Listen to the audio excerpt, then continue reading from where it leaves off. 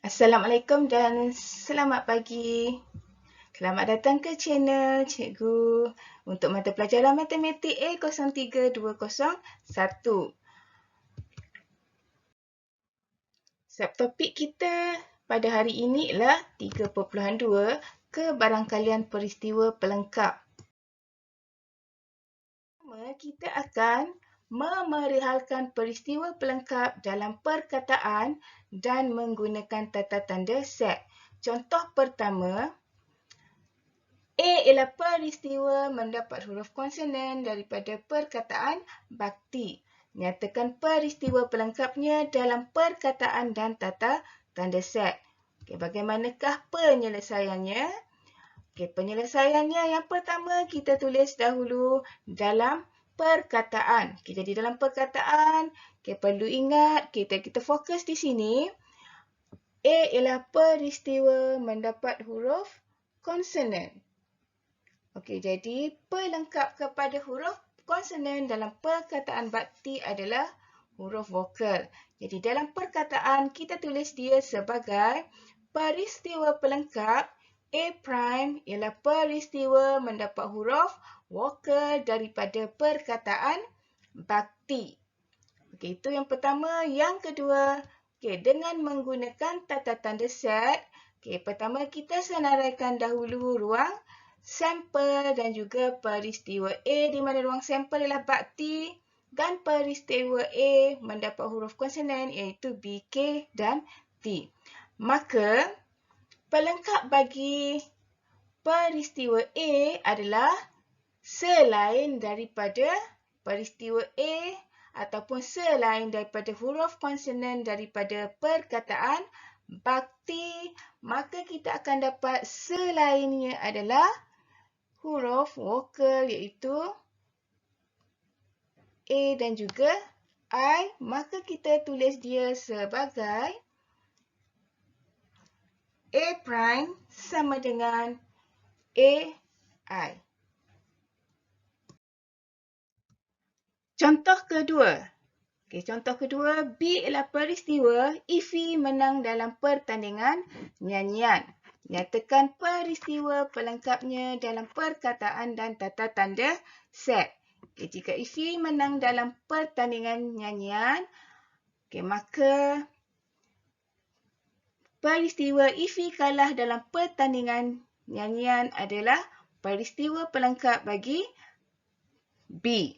Jadi kita tulis dia yang pertama dengan menggunakan perkataan, kita tulis sebagai peristiwa pelengkap B prime ialah peristiwa Ify kalah dalam pertandingan nyanyian. Kenapa kalah? Sebab kalah adalah pelengkap kepada menang.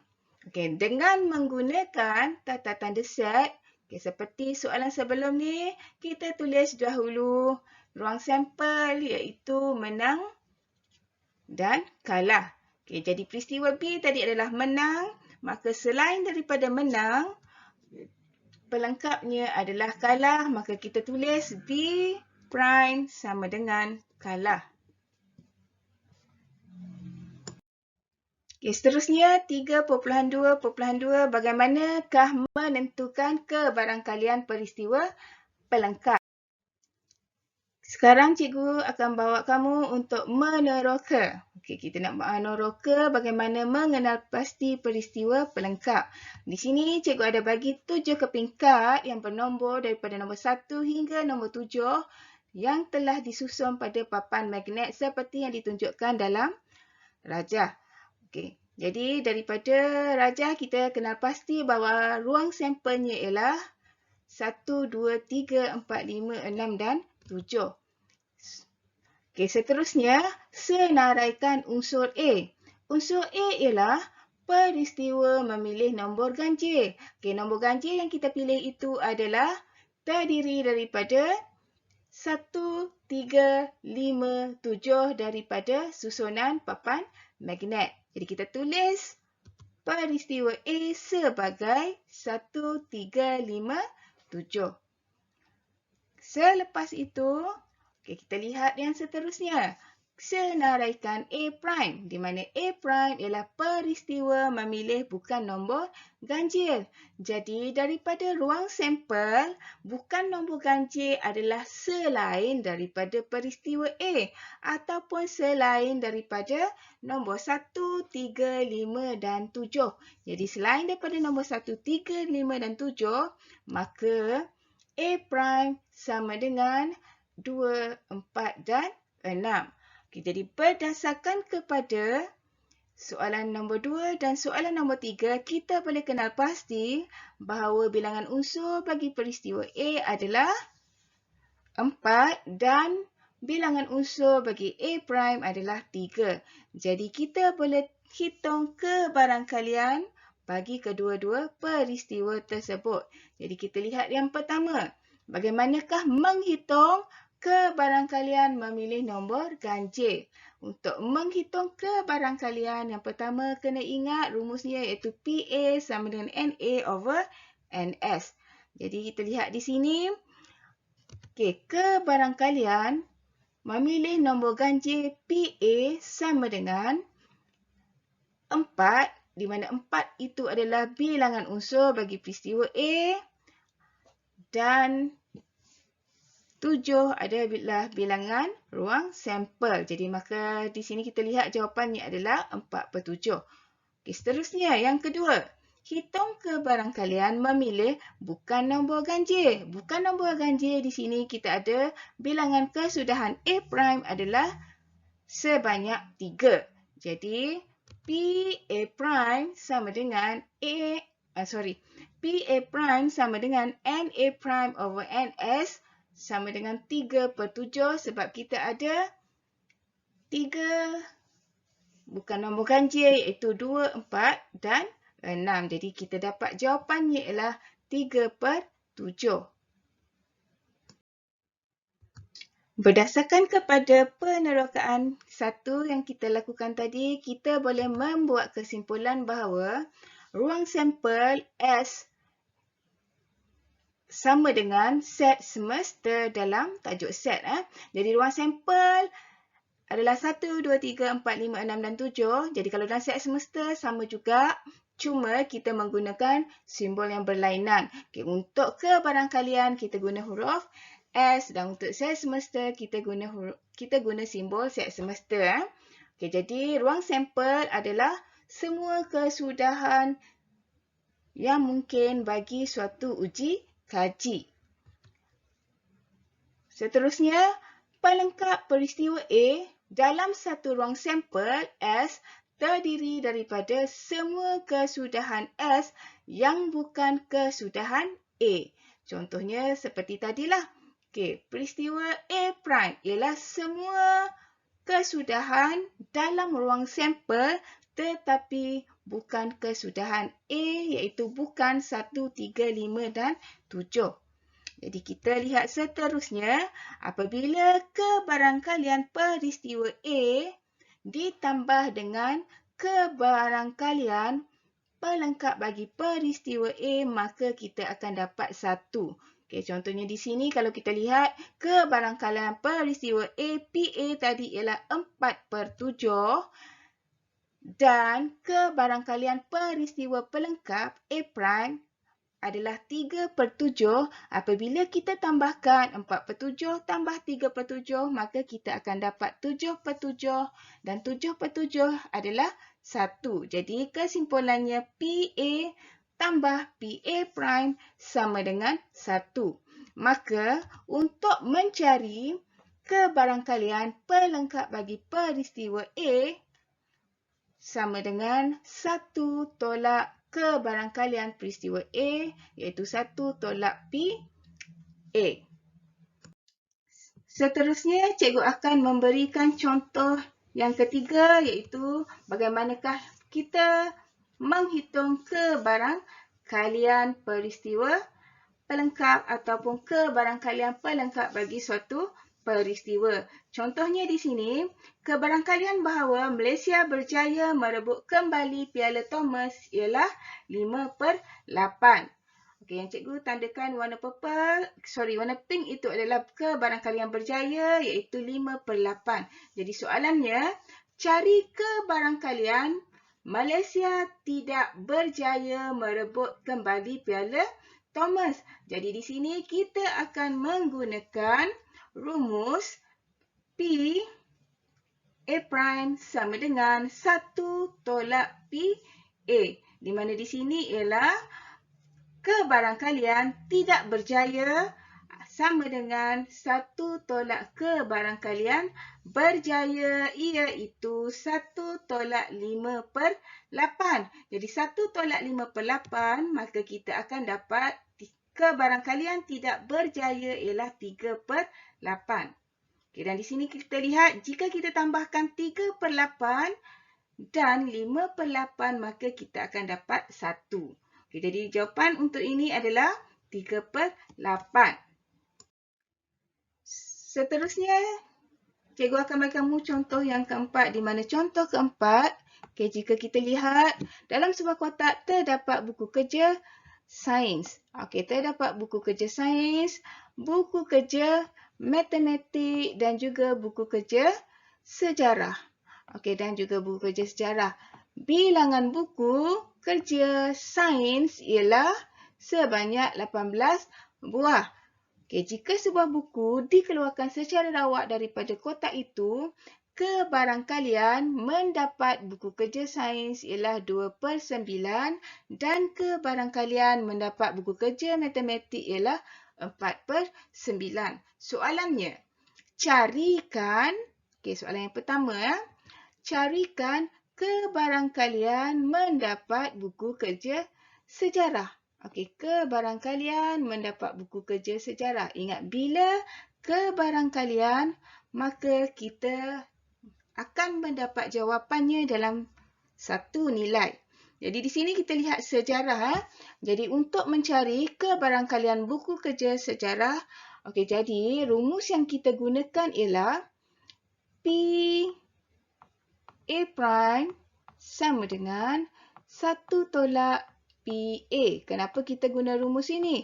Sebab yang diberikan maklumat kepada kita di sini ialah kebarangkalian peristiwa mendapat buku kerja sains dan kebarangkalian mendapat buku kerja matematik. Sebab itu kita guna rumus yang diberi. Okey, jadi jawapannya ialah kebarangkalian buku kerja sejarah sama dengan 1 tolak P sains dan matematik. Okey, maka kita akan dapat 1 tolak 2/9 tambah 4/9 dan jawapan kita adalah 3/9. Di mana 3/9 ini adalah kebarangkalian mendapat buku kerja sejarah. Okey, 2/9 adalah kebarangkalian mendapat buku kerja sains dan 4/9 ini adalah kebarangkalian mendapat buku kerja matematik. Okey, jadi kita lihat yang seterusnya, soalan yang kedua. Di sebelum tu, cikgu nak ingatkan kamu, okey, jadi bila kita baca soalan, pastikan highlightkan dahulu maklumat daripada soalan supaya senang kita transfer ke dalam jawapan. Jadi soalan B. Jumlah buku. Okey, soalan B ialah jumlah buku. Okey, jumlah buku, apakah maksud dengan jumlah? Apabila disebut jumlah, maksudnya kita perlu mencari bilangan. Okey, mencari bilangan ruang sampel. Okey, iaitu NS. Jadi untuk mencari ruang sampel, kita kena guna rumus yang pertama. Okey. Yang cikgu suruh kamu hafal iaitu P A sama dengan NA over NS. Okey, jadi kita lihat bagaimanakah bila kita menggunakan rumus tersebut. Okey, jadi kebarangkalian mendapat buku kerja sains sama dengan bilangan kesudahan sains bahagi dengan bilangan sampel. Kenapa di sini cikgu guna sains? Sebab maklumat yang diberikan di sini adalah buku kerja sains kita ada sebanyak 18 buah. Okey, buku kerja sains ni kita ada 18 buah buku kerja sains dan kita ada maklumat yang lain iaitu kebarangkalian buku kerja sains ialah 2/9. Jadi kita kena ingat bila di sini adalah sains. Okey, kesudahannya juga adalah sains. Okey, maka kita akan dapat kebarangkalian mendapat buku sains. Okey, kita transfer sahaja ke dalam rumus iaitu 2/9. Okey, 2/9. Bilangan buku kerja sains kita ada 18. Okey, 18 ni adalah bilangan buku kerja sains. Okey, itu adalah bilangan buku kerja sains. Jadi, untuk mendapatkan jawapan seterusnya, kita perlu buat darab silang. Okey, darab silang sahaja. Maka kita akan dapat bilangan kesudahan sampel ataupun bilangan ruang sampel sama dengan 18 darab 9 dibahagi dengan 2. Maka dalam kotak tersebut terdapat 81 buah buku kerja. Okey, sekarang cikgu akan bagi contoh yang terakhir iaitu contoh 5. Okey, sebiji gelas mengandungi 2 butang merah. Okey, sebiji gelas ada 2 butang merah, ada 3 butang biru. Okey, ada 3 butang biru dan ada 3 butang kuning. Okey, ada 3 butang kuning ya. Okey, jadi kita lihat seterusnya. Irene mengambil 1 butang secara rawak daripada kotak itu. Okey, Irene mengambil sebiji butang secara rawak daripada gelas itu. Sorry, bukan kotak. Okey, jadi bagaimanakah menjawab soalan tersebut? Okey, jadi yang pertama, soalan yang pertama dia suruh kita senaraikan ruang sampel. Okey, bila senaraikan ruang sampel, maksudnya kita kena senaraikan NS. Okey, yang ini mudah. Okey, sebab apa? Sebab dalam tu kita hanya perlu tulis balik sahaja. S sama dengan kita ada 2 butang merah, kita tulis M1, M2. Kita ada 3 butang biru, kita tulis B1, B2 dan B3. Dan kita ada 3 butang kuning, kita tulis K1, K2 dan K3. Maka ruang sampel kita adalah M1 hingga K3 seperti yang cikgu tulis. Okey, itu untuk soalan A. Untuk soalan yang kedua. Okey, soalan yang kedua, kebarangkalian. Okey, ini dia minta kita cari kebarangkalian mendapat butang biru. Jika cari kebarangkalian, okey, kita guna rumus PA sama dengan NA over NS. Okey, itu rumus yang kita akan gunakan. Maka kita akan dapat kebarangkalian butang biru dipilih adalah 3/8. 3 tu dari mana? 3 adalah B1, B2 dan B3. Okey, kita ada B1, B2 dan B3. Jadi jawapan kita adalah 3/8. Okey, yang seterusnya soalan yang ketiga. Cari bilangan unsur bagi peristiwa di mana Irene memperolehi butang bukan biru. Jadi bilangan unsur bukan biru. Jadi bilangan unsur bukan biru. Jadi cikgu buat di sini hijau.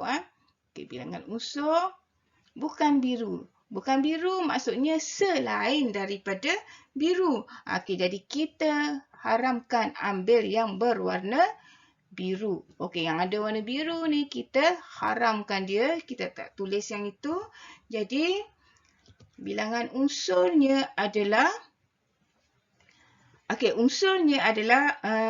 M1, M2, K1, K2, K3 dan juga K3. Jadi, bilangan unsur N,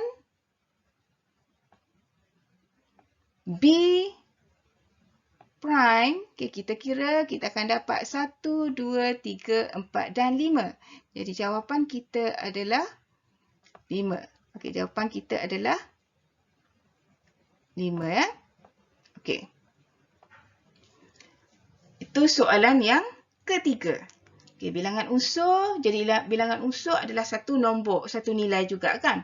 Jadi kita kira M1, M2, K1, K2, K3, maka kita akan dapat NB prime sama dengan 5. Kenapa B prime? Sebab bukan biru. Okey, jadi soalan yang terakhir, cari kebarang kalian. Okey, kebarang kalian bukan biru. Okay, jadi yang ini kita ambil daripada soalan C tadi ya. Kebarang kalian bukan biru. Jadi kebarang kalian bukan biru. Okay, kita akan dapat 5/8. Sebab apa? Sebab kita sudah ada 5 di sini. Okey, 5 di sini daripada 8. Okey, maka kita akan dapat 5/8. Okey, sekian. Terima kasih. Cikgu harap video ini dapat membantu anda untuk menjawab soalan dengan lebih baik. InsyaAllah. Terima kasih semua. Assalamualaikum. Selamat sejahtera.